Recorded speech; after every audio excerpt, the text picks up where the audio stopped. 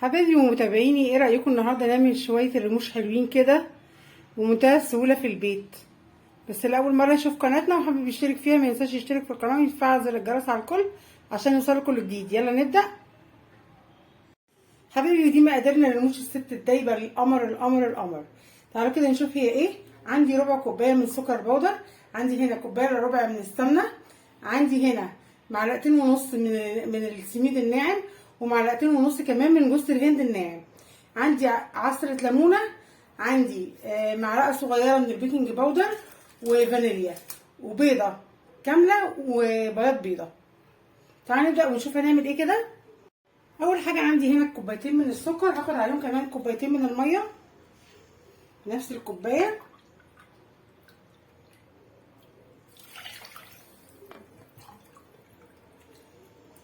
بدوبهم كويس واحط عليهم عصرة ليمون كيس فانيليا واحطهم على النار.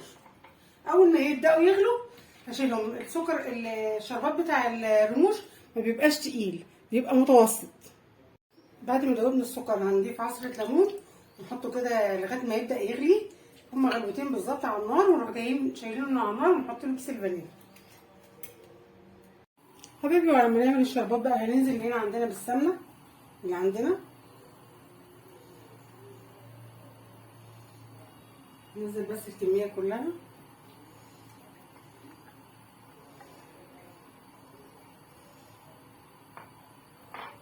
وهننزل عليها كمان بربع كوبايه سكر بودره، هما 3 معالق كبار مليانين،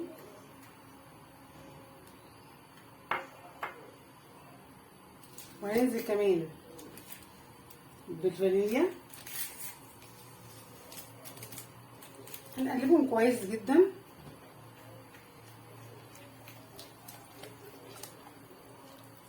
مع بعض. وبعد كده نبدأ نضيف البيضة وبياض البيضة اللي معاها، لازم ندوبهم كويس جدا.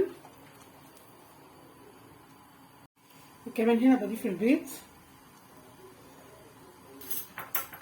برضو، بقلب لغايه ما يندمجوا كلهم مع بعض.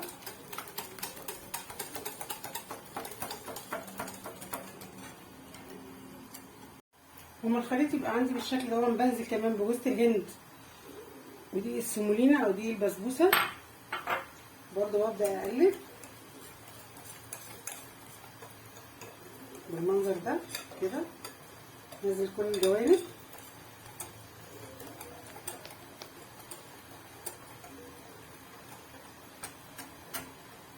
لما الخليط بتاعي يمتزج كويس ببدا احط عليه كوبايتين من الدقيق،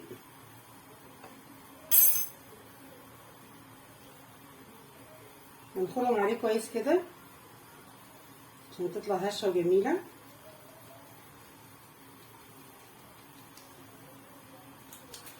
واضيف معلقه صغيره خالص من البيكنج باودر زي ما انتم شايفين كده، معلقه صغيره من البيكنج باودر، وكمان ذره ملح صغيره. وابدا اقلب الخليط بقى ببعضه كده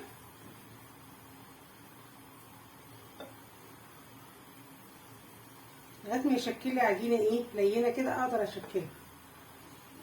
نشيل دون وايه نعجن بايدينا مش كتير، بنلم كده العجينه بايدينا مع بعضها دقيق في بعضه مع الخليط اللي احنا عملناه، تديني عجينه بس ايه ناعمه اقدر اشكلها من غير تشققات. نجيب كل الدقيق اللي تحت كده ندخله في العجينه بتاعتنا،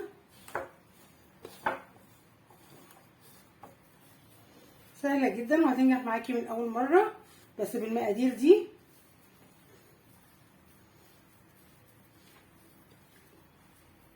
اي حد دلوقتي ممكن يقوم يعملها على طول. حبيبي لما العجينه عندي اتشكلت بالشكل ده باخد حته كده على اعملها كوره، بعد كده اروح جايه عاملاها كده بالشكل دون، هصغرها بس شويه، بعدين ندوس عليها كده،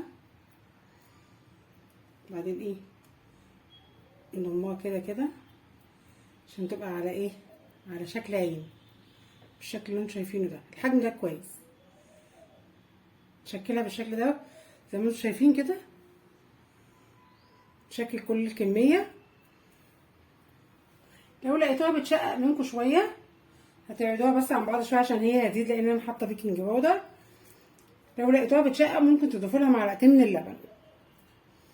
كمل الكميه وارجع لكم حبايبي. هنا وبعد ما خلصت الكميه بتاعتي كلها انا جبت هنا صفار البيضه، حطيت عليهم نقطه خل ومعلقه لبن، وهبدا ادهن الوش كده عشان يدينا ايه شكل حلو. هبدا ادهن الوش بالشكل ده، وهندخلها على فرن درجه حراره 160 170 بالكتير. هتاخد من 25 دقيقه ل 30 دقيقه لغايه ما تدينا اللون الحلو الاحمر اللي احنا بنحبه. اكمل بقى وندخلها الفرن، ولما تطلع اوريها لكم حبايبي. ودي الرموش بتاعتنا بقى بعد ما طلعت من الفرن بالشكل القمر ده، هبدا على طول اسقيها بالشربات واسيبها نص ساعه تبرد، بس اكون مغطياها كويس. عندي الشربات بارد درجه حراره الغرفه، احط عليها الشربات بكميه محترمه كده،